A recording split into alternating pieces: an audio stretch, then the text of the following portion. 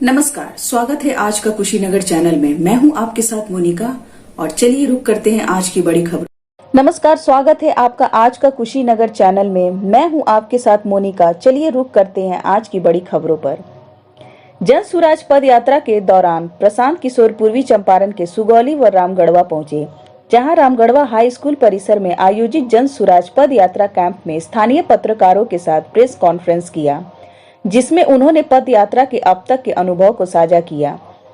जन सुराज पद यात्रा पिछले सप्ताह से पूर्वी चंपारण जिले में है। इस दौरान पद यात्रा पहाड़पुर प्रखंड से चलते हुए अरेराज, हरसिद्धि, तुरकौलिया, सुगौली होते हुए रामगढ़वा पहुंची है। इस पद यात्रा के दौरान रामगढ़वा प्रखंड के बेदीहरवा, मुरला, बेला, सिहोरवा, अहिरौलिया, सिसवानिया होते हुए रामगढ़वा प्रखंड के बहुवलिया गांव तक पहुंचने का लक्ष्य है। एक सवाल के जवाब में श्री किशोर ने कहा कि बीपीएससी और सरकारी नौकरियों को लेकर जितनी तरह की प्रक्रिया बिहार में चल रही है, उसकी विश्वसनीयता को लेकर बहुत बड़ा प्रश्न चिन्ह पिछले कई सालों के आधार पर लोगों के मन में है।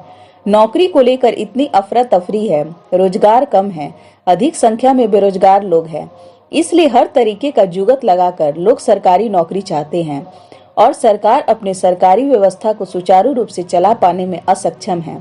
इसके कारण छात्रों को परेशानियों का सामना करना पड़ता है। कहा कि सरकारी विद्यालयों में गुणवत्तापूर्ण शिक्षा तो छोड़िए, पढ़ाई भी नहीं हो रही है। साथ ही स्वास्थ्य व्यवस्था पर बात करते हुए उन्होंने कहा कि जिन ग्रामीण क्षेत्रों में मैं जा रहा हूँ, ज्यादातर गाँव में सरकारी कागजों पर भी अस्पताल नहीं है। टीएफआर देश में सबसे ज्यादा आज जिन राज्यों में टीएफआर टोटल फर्टिलिटी रेट जहां सबसे ज्यादा है, उसमें बिहार सबसे आगे है। तो जब तक आप लोगों को एजुकेट करके बेहतर परिवार नियोजन के माध्यम से लड़कियों की जो शादी की जो एज है उसको बढ़ाकर, या बच्चों के जन्म के में जो डिस्टेंस होना चाहिए, इस तरह के प्रयोगों को करके उस तरह के जो प्रमाणिक बातें हैं उसको आप जमीन पर लागू नहीं करेंगे, तब तक आपका जनसंख्या कंट्रोल में आएगा नहीं।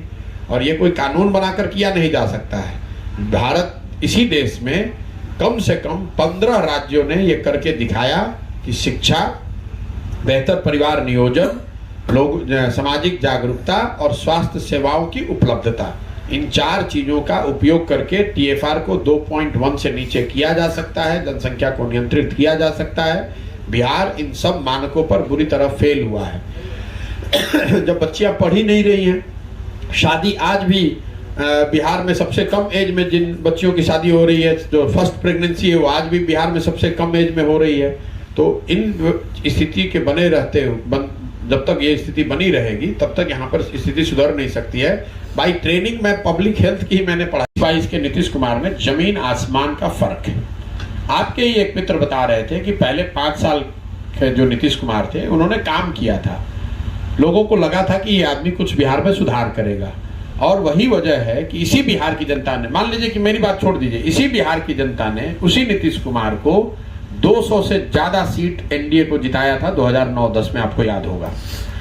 वही नीतीश कुमार जब 14-15 में लोकसभा में चुनाव हार गए, लोकसभा में हारे थे, मुख्यमंत्री पद से उनको हटने की जरूरत नहीं थी, तो उन्होंने राजनीतिक मोरालिटी को ध्यान में रखते हुए पद से इस्तीफा दे दिया था। उनके पास 120 विधायक थे, लेकिन उन्होंने पद से इस्तीफा दे दिया था। आज वही नीतीश कुमार चुनाव हार गए हैं 2020 में, उनके पास सिर्फ 43 विधायक हैं, फिर भी कोई ना कोई जुगत लगाकर मुख्यमंत्री बने हुए हैं।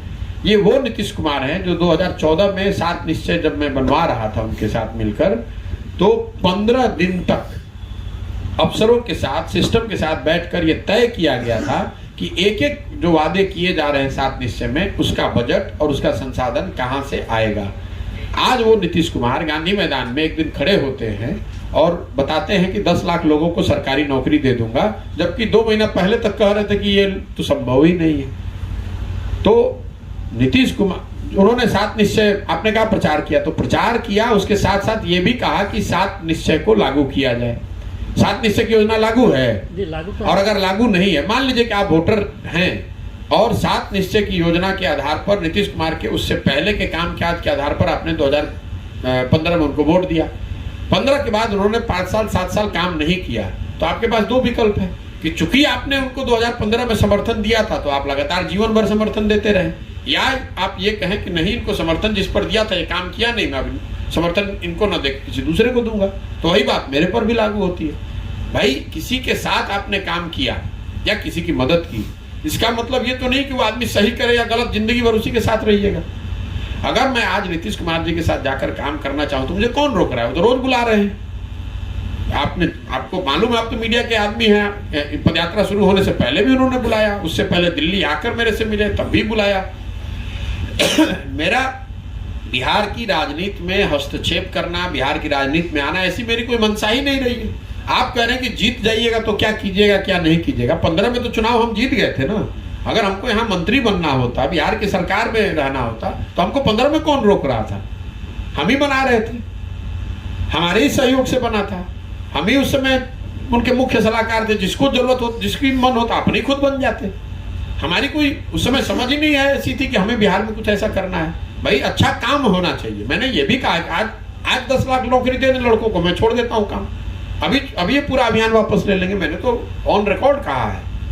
लेकिन अगर बिहार में सुधार नहीं हो रहा है या दिनों दिन स्थिति और खराब होती जा रही है, मैं भी यहीं का लड़का हूं, तो आकर मुझे प्रयास नहीं करना चाहिए।